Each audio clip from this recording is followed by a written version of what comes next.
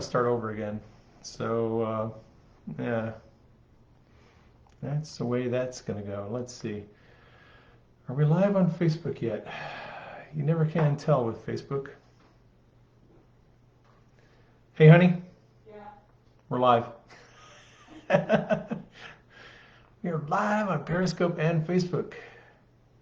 And let me see if I can find the chat on Facebook. How do I do this? Yeah, you caught a live broadcast. Isn't that awesome? Hey there from Washington. I gotta stop screwing around and get this message out here pretty quick. All right. I'm just having some technical challenges. Hey from South Carolina. Hey from Oregon. What's going on? Oh, we got people on here. Angela Rogers, Teresa Moorhead is on. I would imagine Kazuko will show up eventually. Hopefully Kazuko will show up.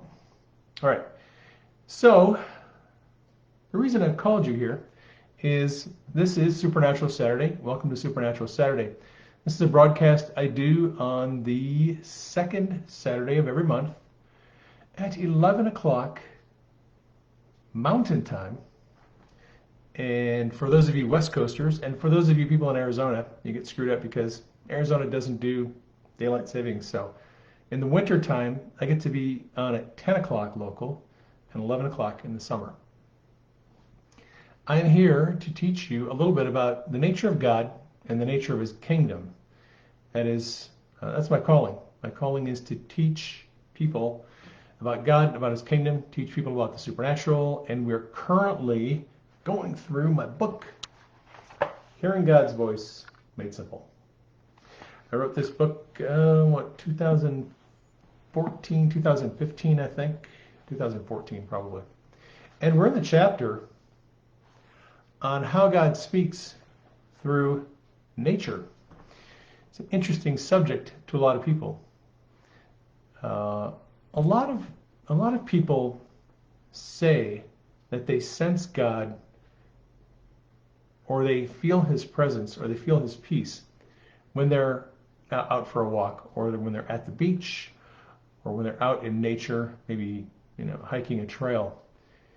They sometimes have this sense of awe, the sense of wonder, sense of majesty. Those are ways people describe feeling God's presence, feeling that he is with them. And that is one way in which people can sense God's presence or understand his reality through nature. There are some specific ways in which God speaks through nature, and I'm going to give you a couple of examples today. So years ago, let's see, this would have been probably 2012 or 2013. I was working as a paramedic on the ambulance, and work was pretty stressful.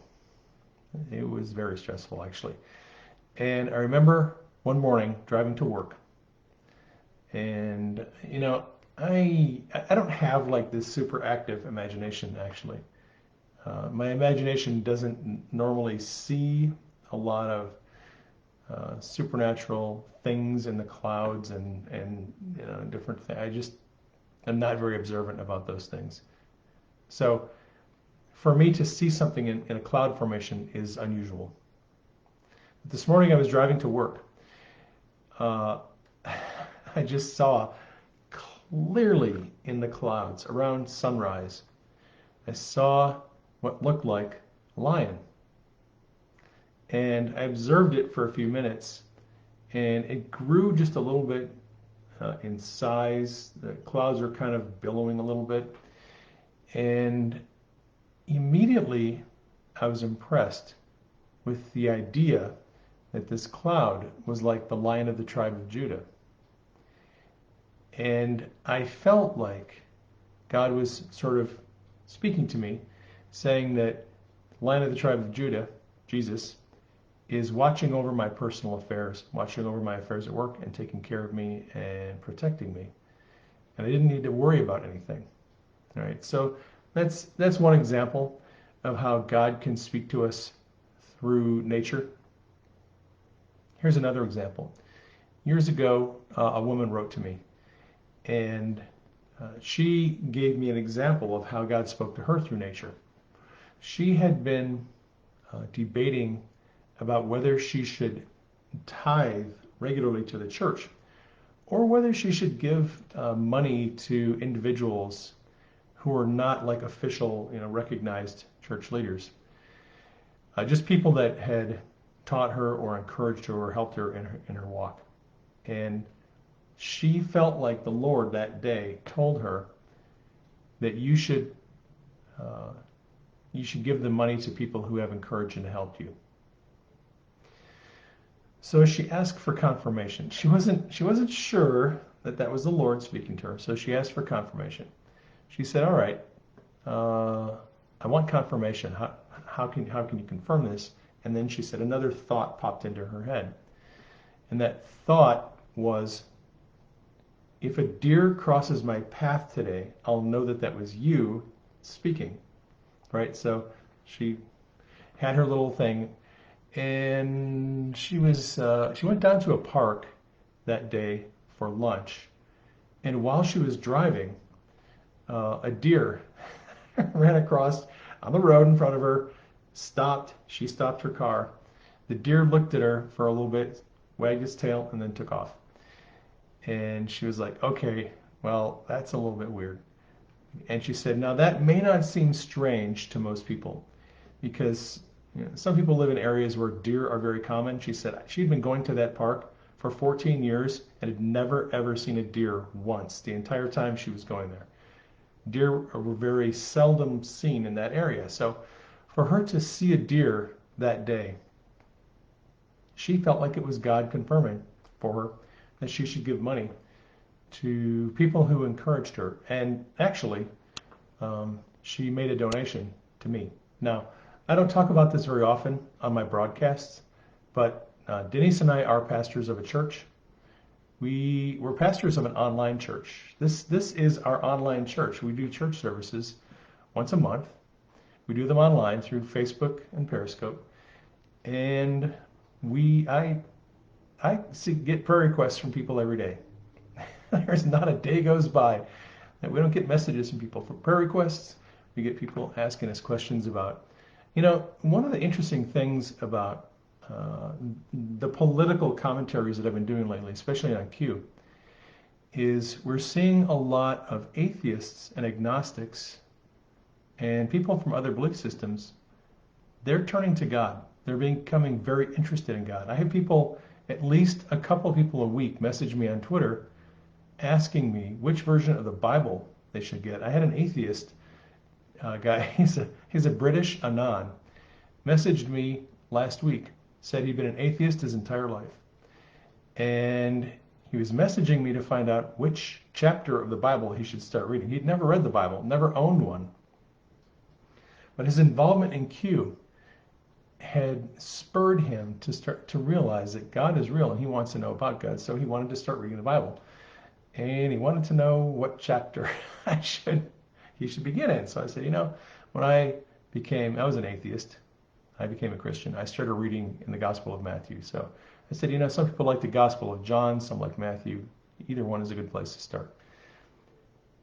A lot of people don't realize this, but the movement that Q has started is drawing a lot of people to consider God, to consider the reality of God, the nature of good and evil. And I love being able to point people in a direction. Sometimes we help people with dream interpretation. We help a lot of people with prayer. Prayed for a guy last week who actually had hammer toes. And he asked me to pray for that condition to be fixed. He messaged me a couple days ago and said, "Hey, you're not going to believe it. My toes have straightened out. They're perfectly normal now." He's like, "Praise God." So we do a lot of, we don't do a lot of in-person healing ministry, but we do most of our ministry is done through the internet, through email, through private message. I always respond to prayer requests. I always respond when people are confused or have questions about God. That's my ministry. That and writing books. And we do, just to let you know, we do accept donations for our financial support. We are a nonprofit ministry. We're a 508c1a registered, and we receive donations through our website, prayingmedic.org. That is our ministry website. So if you've never supported us financially and you always wondered, what do you guys do as far as your ministry goes? That's what we do. We have a website, and we do receive donations through there. I publish articles and videos on that website and teaching materials that are available to anyone who wants them. So back to the story.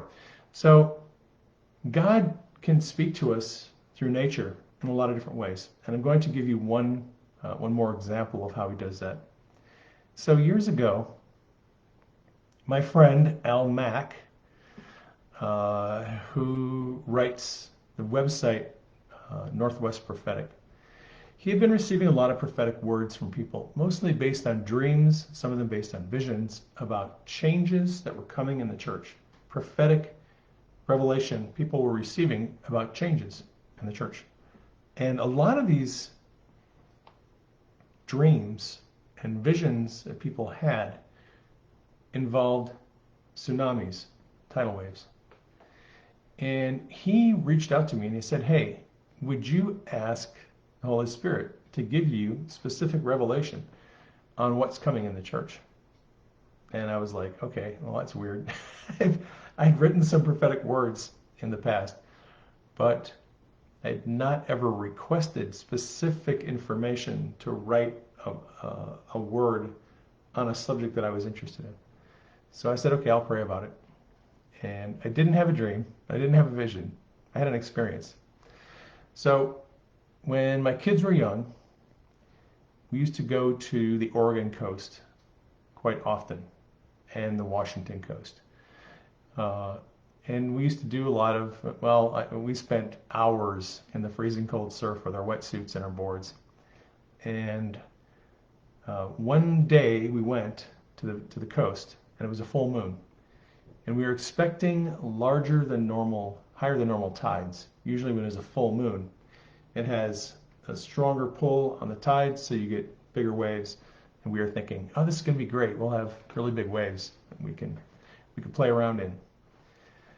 So on our way there, we're all excited, anticipating what we might encounter. And we get there to the Long Beach Peninsula. And we park the car and we walk out to the beach, and the beach doesn't look like anything we've ever seen before. Everything on the beach was completely rearranged. There was a massive storm surge coming in, and the waves were 20 feet high at minimum.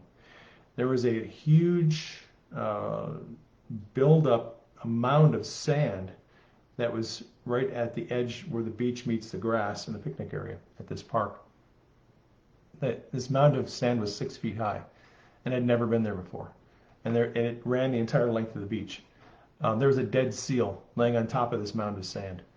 And the kids looked at the dead seal, they got kind of freaked out because they were only like 9 or 10 years old, maybe 11 or 12.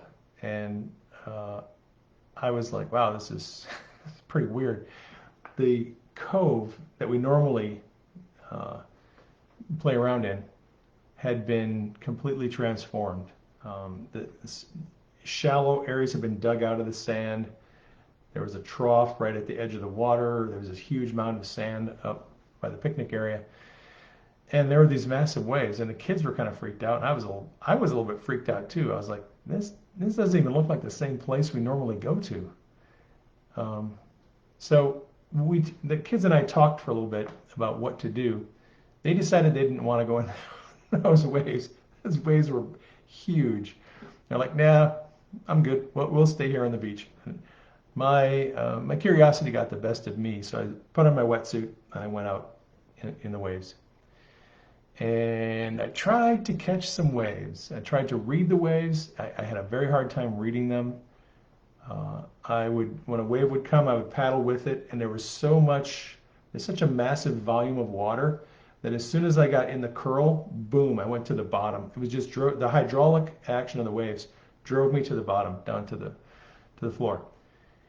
And then I found out something interesting. I couldn't actually get back up to the surface until the wave had passed over me. The hydraulic action of the wave was like a washing machine. The water was just swirling around, and I couldn't escape it. I would try to swim up, and it would force me back down. So I'm holding my breath, waiting for the wave to go over me so that I could come back up. I did that for about a half hour, and the water was really cold. And I finally said, okay, I'm done. This is enough for me. At one point, I was actually afraid that I was going to die if I stayed out there much longer. The waves were dangerous enough to the point where I'm an expert swimmer, been in the water my whole life. I was done. I wasn't interested anymore. So I went out, swam ashore, and hung out with the kids the rest of the day. And I spent the time thinking about the experience of being at this beach with these waves and a threat to my life. And I wrote a prophetic word based off of the experience with nature. Now, the thrust of this prophetic word was how a lot of people have heard and read prophetic words about coming changes in the church. And we tend to view those changes as all good things that need to happen. There are just a lot of things in the church that need to change. And for people who are disgruntled and unhappy with the way church life kind of goes right now, we're very excited to see those changes come. But we don't necessarily know what the consequences of those changes are going to be. And in the same way that I anticipated big, fun, happy waves where me and the kids could just play in the waves, that wasn't the experience that we had when we got to the ocean. The changes that had taken place on the beach were actually a threat to our lives. And the changes that are coming in the church, some of them, are a threat to the livelihood and the lives of the people who are currently,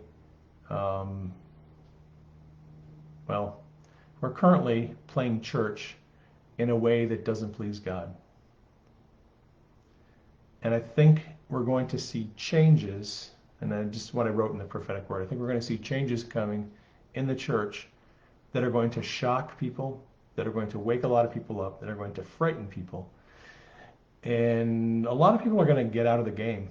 They're just playing the church game, and they're going to get out because they won't be able to continue playing the game that they're playing. And God is going to bring changes in the church that are going to be massive and widespread. And it's going to leave some people shipwrecked, basically, if they're not careful. So that, again, is just an illustration of one of the ways in which God speaks to us through nature. And I could go all afternoon and give you more and more examples, but God can speak to us through nature every day. If you're attentive, if you're willing to listen to that still small voice. As I was there on the beach that afternoon, I was just getting these thoughts. They were just thoughts were popping into my mind. And I made note of them and I wrote them down. And for the woman who had the deer ran in front of her, these thoughts just popped into her mind. These were thoughts she would not normally think, right? And that's one of the ways that you know that God is speaking to you, because God's thoughts are not our thoughts. His ways are not our ways. And so when God speaks to us, most often, he's going to put a thought in your mind, that would not normally occur to you. And that was my experience at the beach. I was anticipating that I would write a prophetic word from something. I don't know. I didn't know what it was. And when I got to the beach, I expected it was going to be great.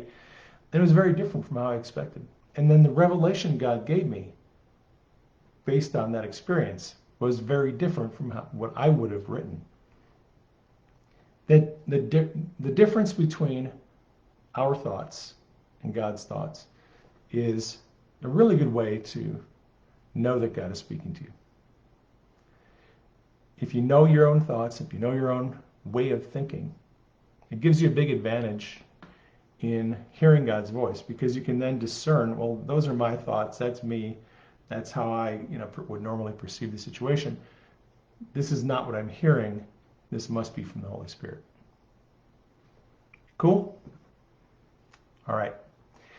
Well, President Trump is going to be going live very shortly, and I am working on something. I'm doing some writing, working on a couple of books and working on an article.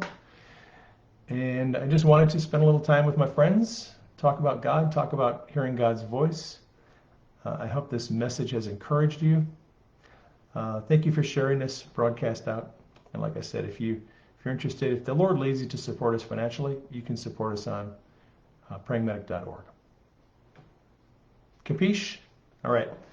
Love you guys. I will catch you on the next broadcast in about a month.